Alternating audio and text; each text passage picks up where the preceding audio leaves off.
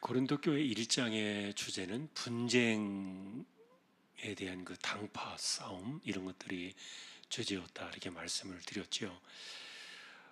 바울이 원했던 것은 분쟁을 없애자, 그리고 같은 마음과 같은 뜻으로 온전히 합하자. 이 교회 안에서 이 그리스도를 믿는 사람들끼리 뭐 무슨 파 네가 올래 내가 올래 이게 무슨 의미가 있느냐, 그런 주장을, 이제 그런 것들을 이야기한 거예요. 그러니까 뭐 우선순위로 이야기해 본다면은 정말 우리에게 십자가를 말하고 십자가를 논하고 십자가를 중심으로 생각해도 부족한데, 또 예를 들어서 그리스도, 여기서는 이제 하나님의 능력이 그리스도라고 말하니까 그리스도 안에서 우리 부르심의 능력이, 그리스도 안에서 이것이 하나님의 능력이고 지혜다 이렇게 이제 말하고 있기 때문에, 우리가 그리스도를 중심으로 살고 그리스도를 이야기하고 그리스도를 위한 것에 우리가 이야기를 맞추고 논해도 부족한데, 그런데 이런 것들을 다 제쳐놓고 무슨 뭐 네가 올래 내가 올래 내가 너 지혜가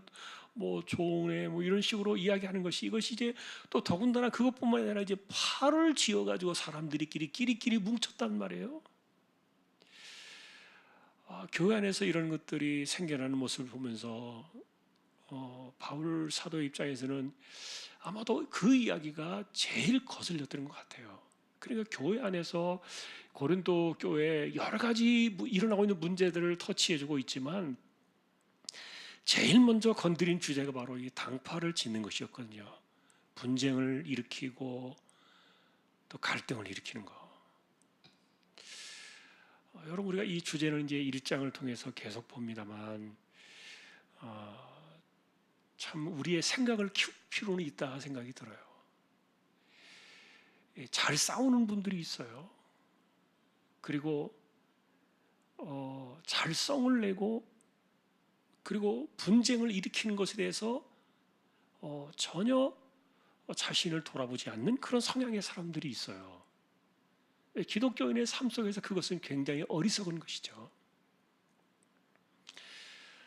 제가 함께 운동하는 목사님 가운데 한 분이, 이분이 조그만 일에도 굉장히 화를 많이 내고 막 분노를 하고 막 뭐 이렇게 뭐 운동을 하다 보면은 좀 뭐 실수할 수도 있고 잘못할 수도 있고 이런 게 있는데, 이 간단하게 어필하는 수준이 아니라 막 그냥 이 폭발하듯이 이렇게 하시는 분이 계셔서, 처음에는 제가 생각할 때 저분이 요즘 무슨 스트레스가 많나, 인생에 많이 힘든 일들이 계셔서 저러나 이제 그렇게 생각을 했어요. 그런데 그게 뭐 하루 이틀이 아니에요. 계속 그런 거예요.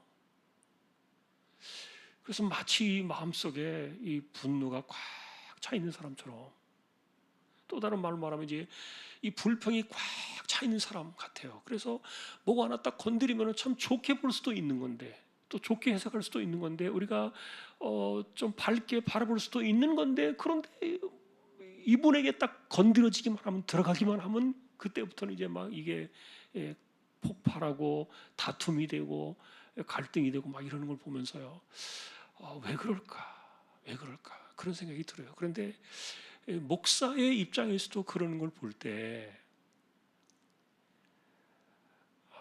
뭐 일반적으로 우리가 살아가는 사람들의 삶 속에서는 그런 것들이 얼마든지 많이 있을 수 있겠다, 그런 생각이 들어요. 왜냐하면 성경을 연구하고 하나님 말씀을 가르치고 전하는 사람의 입장에서도 그런 자신을 이렇게 컨트롤하지 않는 것을 볼 때, 이거는 뭐 우리의 삶 속에 누구든지 그럴 수 있겠다, 그런 생각이 드는 거예요. 여러분의 세상을 바라보는 시각의 그 관점이 뭡니까? 실제로 모든 사람들은 내가 세상을 바라보는 어떤 해석하는 이 창문이 있다 그래요. 뭐 철학자들은 그 이야기를 전문적으로 용어로 이야기를 합니다만, 우리가 좀 쉽게 이야기하면은, 사람마다 다 이렇게 세상을 바라보고 자기에게 일어난 일들을 그것을 판단하고 해석하는 그 작은 창이 있어요. 근데 여러분에게 그 창은 뭡니까? 그것을 통해서 내 삶을 내가 풀이하고, 내 주변에서 일어난 일들을 내가 그것을 가지고서 다 그것을 평가하고 받아들이는 건데, 뭐 이런 이야기들을 쭉 이렇게 구체적인 사례로 나열해 보면은 여러분들이 혹시 내게 걸리는 것이 이것일까라고 생각해 볼 수 있는 좋은 샘플이 될 수도 있겠지만 오늘 그런 것들을 다 이야기할 수는 없고요. 바울이 지금 이야기하는 것은 그리스도라는 창문으로 보자는 거예요. 그리스도라는 창문으로. 예, 그래서 우리의 모든 삶의 판단의 근거는 그리스도가 되시기도 하지만 또 한편으로는 거대한 이 모든 것의 큰 숲의 그림도 그리스도가 되어야 되는 거예요. 예수 그리스도라는 그분이 우리에게 구원을 주시기 위해 십자가를 지셨잖아요. 그래서 쉽게 말하면 바울이 여기 1장에서 말하는 내용들은 그거예요. 그리스도, 그 다음에 구원, 십자가. 이 세 가지의 주제를 가지고서 우리 인생은 모든 것을 다 보라는 거예요. 그 관점을 가지고 세상을 다 보기 시작하면은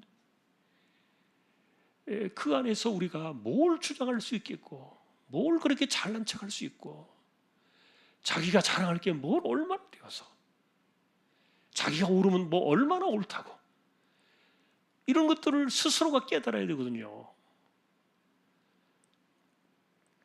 사실 여러분 왜 이렇게 사람들이 분쟁을, 이것을 두려워하지 않냐고. 여러분 사실 분쟁을 일으킨다는 것은요, 굉장히 우리가 내가 안 좋은 성향으로 가고 있다는 것을 생각해야 돼요. 그리고 내 인생 자체가 지금 어둠 속으로 빨려 들어가고 있다는 것들을 생각해야 돼요. 분쟁은요, 내 영적인 상태가 어디로 가고 있는가를 보여주는 굉장히 중요한 잣대예요. 그런데 그 사람들은 극단적인 말도 참 잘해요. 극단적인 말. 근데 제가 이 어른들만 하는 줄 알았더니 애들도 보니까 애들도 극단적인 말을 해요. 예를 들어서 저희 그 손주 애들이 둘이서 이렇게 그 태블릿을 가지고서 게임을 하더라고요. 인터넷 게임을 하는데 서로 이렇게 막 게임을 하다가 한쪽이 자기 마음대로 막 해버리니까, 말을 안 들으니까 너 이거 안 하면은 나 나가버릴 거야, 내가 끝내버릴 거야, 너 다시 너하고는 이 게임 안 할 거야, 막 이렇게 얘기를 하는 거예요. 그래서 제가 그 이야기를 들으면서 야, 이 애들도 극단적인 말을 하는구나. 그래야 상대방이 들어줄 거라고 생각하는 거예요.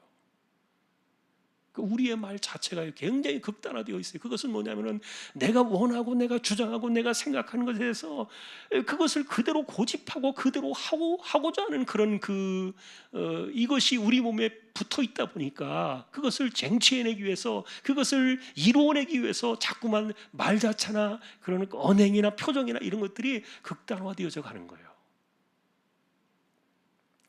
그래서 극단적인 말을 잘 쓰는 사람들을 잘 보면은요, 영적으로 많이 지금 굳어져 있다고 보시면 돼요. 영적으로 굳어 있는 거예요. 여러분, 우리의 영적인 삶의 그 생명력은요, 부드러워져야 돼요. 가벼워져야 돼요. 그 온유라는 그 단어 자체가요, 굉장히 가벼운 거예요. 딱딱하게 굳어져 가는 것은 뭡니까? 거만이에요, 그것은. 그리고 교만이에요. 자만이에요. 안 좋은 단어들이 붙은 것이, 그것이 영적으로 내 심령과 내 마음이 딱딱하게 굳어져 가는 거예요. 이런 사람들의 공통된 특징을 보면은 극단적인 말이 많아요. 극단적이에요. 극단적인 말을 해야 상대방이 좀 이렇게 뒤로 물러나거나 양보해주거나 들어줄 거라고 생각하는 거예요. 그게 몸에 배어 있는 거예요. 우리 몸에 어릴 때부터. 아이들에게 그런 것을 가르쳐주지 않았을 텐데 애들도 6살, 7살 먹은 애들이 그런 말을 쓰는 걸 보고 깜짝 놀랐어요. 아, 이게 본성이구나. 인간의 마음속에 자기를 주장하고 자기를 고집하고 자기 것을 그대로 이루기 위해서 이렇게 그 상대방을 압박하는, 자기의 것을 이루기 위해서 상대방을 압박하는 이 분쟁을 불사하는 이런 극단적인 말들을 서슴지 않는구나.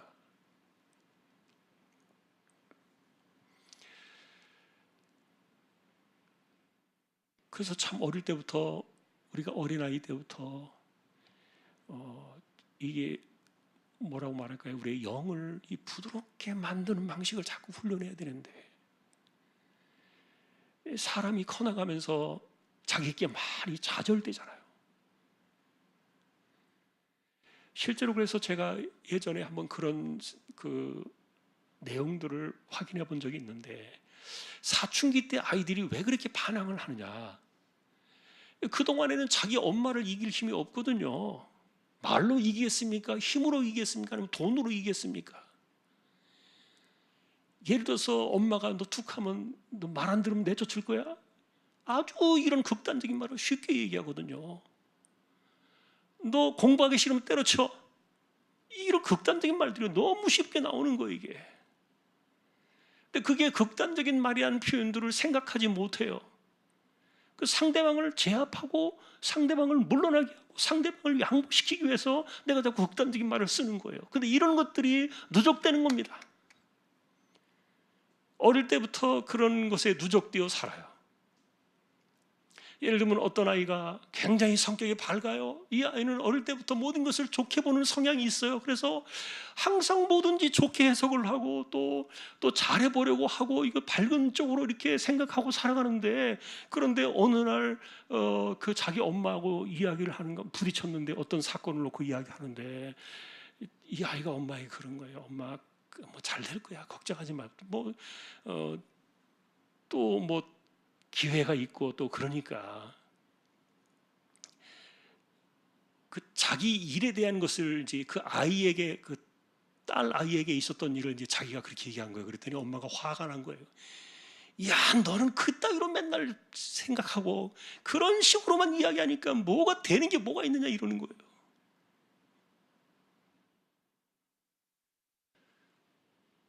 그러니 실제로 즐겁고 또 이것을 좀 편안한 마음으로 바라보면서 뭔가를 해내고자 하는 그런, 다시 시도하는 그런 의욕과 기대감과 마음들이 생겨나야 다시 뭐가 일어날 수 있는 힘이 나고 이럴 텐데, 그냥 한 번에 쳐버리는 거예요. 그러면 여러분, 예를 들어서 너는 맨날 그따위로 생각하는 게 틀려먹었어, 예를 들어서 이렇게 이야기하는데, 그럼 뭐 도대체 어떻게 하는 겁니까? 이미 마음이 굳어져 버렸는데.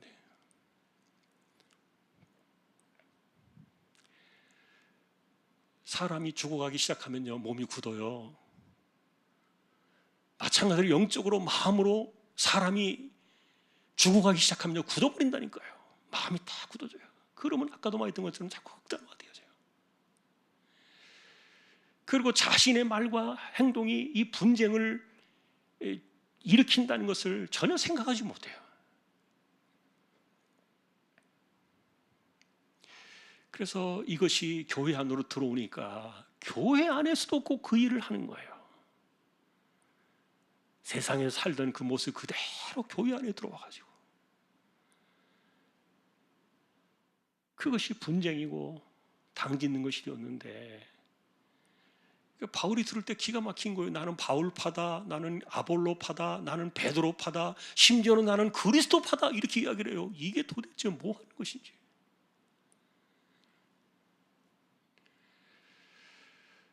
그 부분에 대해서 바울이 지금 이렇게 쭉 1장에서 이야기를 해나가는 것은, 우리가 생각할 수 있는 십자가밖에 없다.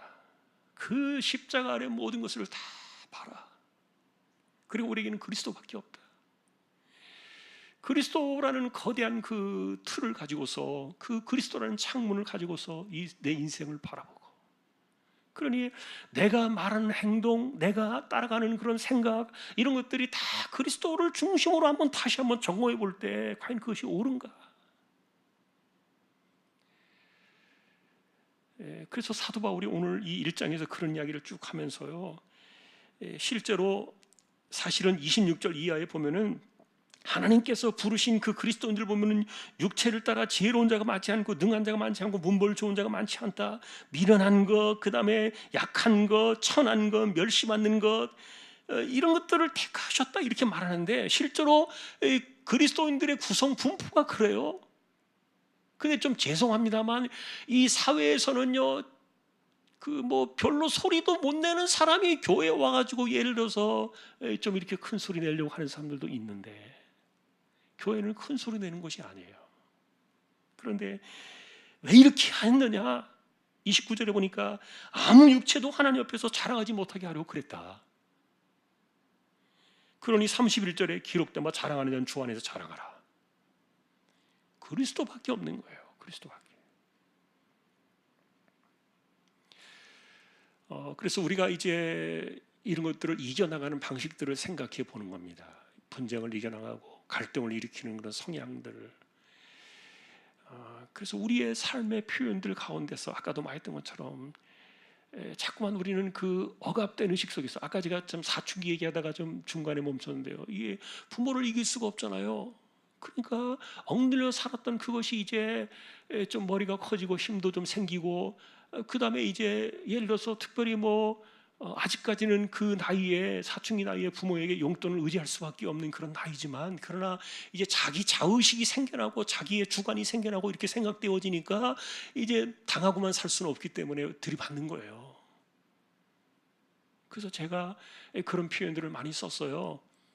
어릴 때 그 아이의 의견과 생각을 존중하며 길러냈던 그 아이들은요, 엄마로부터, 특별히 엄마로부터 자신의 의견을 존중받고 자신의 생각을 존중받고 이렇게 인정받으면서 자라는 아이들은요, 사춘기 되었을 때 편안하게 갈 거예요. 뭘 들이받아요? 어디 들이받아도 자기가 손해 있는 걸 자기가 아는데. 그러나 그동안의 억압과 눌려 살았던 아이들은요, 자신의 뜻과 의지나 이런 것들 생각과는 전혀 상관없이 누군가에 의해서 움직여가면서 이렇게 살아왔다고 생각되어진 아이들은 그때는요, 이후를 생각하지 않아요. 내가 들이받아가지고 용돈 한 줄어도 그거가 중요한 게 아니라 지금 감정의 문제예요, 지금. 그러니까 들이받는 거예요.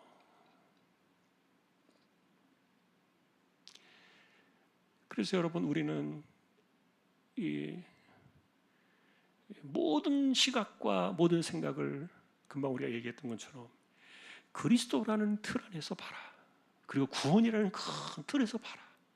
십자가라는 틀 안에서 봐라. 이것이 우리를 부르신 하나님의 능력이다. 여기에는 유대인이든 헬라인이든 다 소용이 없다. 모든 사람들을 다 이 안에서 마치 그 용광로와 같이 다 끌어안고서 이것을 하나로 녹여내는 거예요.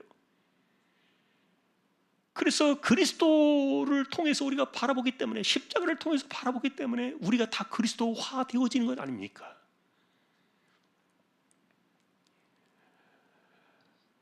어떤 분이 오늘 이런 이야기를 하더라고요. 미국의 어떤 그 도시에서 회사를 운영하는 조그마한 회사의 어떤 그 사장님이 비행기를 타고 이제 금요일 오후에 다른 지역으로 출장을 가려고 이제 비행기 표를 예매했는데 시간이 막 쫓겨가지고 거기서 이제 막 차를 타고 가려고 하는데 이제 그 택시를 붙잡아가지고 그런데 이제 거기 아마 좀 시장통이었던가 봐요. 막 거기를 헤치고 지나가는데 그런데 막 급하게 가다 보니까 이 시장판에 있었던 그 자판대를 갖다가 물건이 뭔지는 모르겠는데 그 자판대를 탁 치고 지나가면서 이게 왕창 뒤집어진 거예요, 자판대가. 근데 이제 그 다른 그 회사의 그런 직원들이 지금 비행기 시간이 좀 떨어가니까 신경 쓰지 말고 빨리 가라고. 이거 몇 분 안 되니까 빨리빨리 가라고 막 그래가지고 이 사람을 막 태우려고 그러는데, 그런데 이 사람이 자기 때문에 흐트러진 그 자판대를 딱 보니까 그 앉아가지고 그것을 팔고 있는 분이 앞을 잘 보지 못하는 할머니가 가서 팔고 계셨던 거예요. 근데 이분이 발이 안 떨어져. 그래가지고 돌아가서는 그냥 그 흩어진 막 여기저기 막 떨어지는 그 물건들 뭔지는 잘 모르겠지만 하여간 이렇게 다 다시 정리해가지고 이렇게 해주면서 정중하게 사과를 하고 지갑에서 돈을 꺼내가지고 혹시 손상된 거 있으면 이거로 보상을 하십시오. 변상을 하겠습니다. 이렇게 해서 이제 해주었어요. 그랬더니 그 할머니가 이렇게 얘기하더라는 거예요. 당신이 혹시 예수님입니까? 그러더는 거예요. 이분이 깜짝 놀랐어요. 당신이 혹시 예수님입니까? 나 예수님 아닌데요. 나는 그렇게 내가 말을 들을 사람도 아니고. 미국은 크리스찬 사회니까요. 그랬더니 이분이 하는 소리가 그런 거예요. 당신이 예수님 틀림없이 맞다는 거예요. 왜 그렇게 얘기하세요? 그랬더니 이게 자기 앞에서 그날 팔려고 나왔던 그 물건들이 막 난장판이 되어가지고 이 자판이 뒤집어질 때 이분이 속으로 기도를 했대요. 나를 도와주실 분은 예수님밖에 없는데 그분이 신앙의 사람이니까. 그래서 그 예수님께 기도를 드렸다는 거예요. 그 순간에. 그러니 당연히 나의 이 상황을 도와줄 사람은 예수님밖에 없다. 그러니까 당신이 예수님이다 이렇게 이야기하더라는 거예요. 그래서 이 사람이 그날 비행기를 놓친 것보다도 숙소로 돌아와가지고 그날 밤에 자신의 삶을 돌아보면서 내가 예수님 같다고 이야기를 들은 것이 과연 언제였던가. 그렇게 자기 자신을 돌아보면서 그 회상한 글을 썼다는 거예요. 폴이라는 사람이 쓴 글인데, 사실 우리는 그리스도라는 그 창문을 통해서 세상을 바라보기 때문에 다 그리스도와 같아지는 거예요. 그리스도화 되어진 것이죠. 여러분, 우리가 그런 거 이야기하잖아요. 부부도 오래 살면 닮는다 그러죠. 보고 있는 게 비슷하니까 닮아가는 것 같아요. 아니면 그래서 그런가, 아니면은 또 원래 비슷한 사람을 만나서 그런가, 뭐 그거는 잘 모르겠지만 어쨌든 누군가가 그런 이야기들을 많이 해요. 부부는 오래 사니까 닮는다 그러는데, 그거는 얼굴이 닮는다는 게 아니라 그 사람의 내면이 비슷해지기 때문에 우러나오는 그것 때문에 닮았다고 말하는 거예요. 시간이 지나면 사람들은 외모를 가지고 사람을 보는 게 아니라 그 얼굴에서 나오는 것을 가지고 속을 봐요. 그러지 않습니까? 그 사람의 얼굴을 보면은 그 사람이 늘 불만이 있는지, 늘 화가 나 있는지, 아니면 늘 행복한지, 아니면 늘 평화롭게 살아가는지 다 보이잖아요, 얼굴에. 그게 마음에 있는 게 다 나오잖아요. 그래서 그 얼굴의 표현이 이게 다 그대로 나오는 건데, 결국 우리의 삶 자체는 그리스도를 중심으로 살아가기 때문에 결국 그분을 닮아가는 거예요. 그리스도를 닮아가는 것이죠. 그것은 외모를 가지고 이야기하는 것이 아니라 내면 속에서 나타나는, 그리고 우리의 얼굴 속에서 표현되어지는 그리스도의 모습이에요. 과연 주님께서는 그런 것들을 우리에게 똑같은, 우리가 지금 다투고 우리가 분열을 일으키고 갈등하는 그런 주제에 대해서 주님이라면 이것을 어떻게 보셨을까? 뭐 그 오래된 그 고전 그 책이 있잖아요. 찰스 쉘돈이라는 사람이 쓴 예수님은 어떻게 하실까? 그런 뭐 그런 그 제목 자체가 굉장히 도전적이잖아요. 그래서 바울이 지금 1장에서 말하는 그 의도는 그런 겁니다. 자랑하지 말자. 좀 쉽게 말하면 잘난 체 하지 말자. 갈등을 일으키지 말자. 분쟁을 일으키지 말자. 교회 안에서 네 파 내 파가 어딨냐. 그리스도라는 그 큰 흐름 안에서 모든 인생을 하나로 이렇게 정리해낼 수 있는, 오늘 우리가 그 같은 내용들을 좀 바라보면서 하나님이 기뻐하시는, 우리를 그리스도 안에서 부르신 그 목적이 뭘까? 헬라인이든 유대인이든 하나님께서 우리를 그리스도 안에서 부르실 때는 다 동일하게 만드셨는데,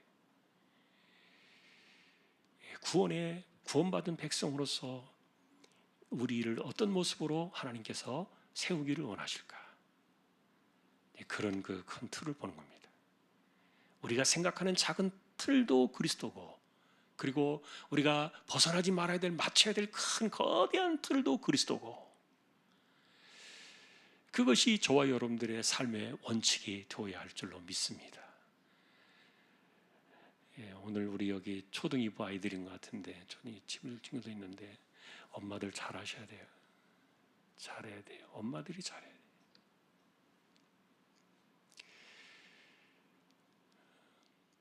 너무 분쟁을 많이 일으켜요. 너무 갈등의 그 요소가 있는 말들을 너무 많이 해요. 그리고 사람들은 너무 화나게 해요, 자꾸. 그래서 여러분, 바울 사도도 그 에베소 교회 편지하면서 그랬잖아요. 자녀들을 성나게 하지 마라. 성을 내게 하지 마라. 힘이 생기면 다 들이받는다는 거예요. 반드시 들이받는다는 거예요. 우리는 이 분쟁이라는 주제를 잘 생각해 보고요. 정말 모든 것들을 그리스도 안에서 이 신앙의 눈으로 바라보는 그런 관점들, 그것이 뭘까? 오늘도 그것을 고민하고 또 생각하고 기도하면서 그것을 또 우리 실현해내는 저와 여러분이 될 수 있기를 주님의 이름으로 축원합니다. 우리 함께 기도로 나아가겠습니다. 성경학교 초등 2부가 오늘부터 내일까지, 오늘 시작이 되었고요. 내일까지 합니다. 기도해 주시고요. 그리고 또 우리 입시 준비하는 친구들, 또 요즘 코로나가 우리 시흥 씨도 1000명 안팎으로 왔다 갔다 이렇게 하고 그러는데, 그러나 여러분 두려워하지 마시고요. 잘 이겨냅시다. 기도하면서 잘 이 세대를 이겨나갔으면 좋겠고요. 많이 어려운 때지만 그러나 하나님께서 길을 열어주실 거예요. 우리가 그런 믿음을 가지고 이 세대를 이겨나갔으면 좋겠습니다. 우리 함께 같이 통성으로 한 10여 분 정도 기도를 드리고 제가 또 축도하겠습니다. 함께 기도로 나아가십시다.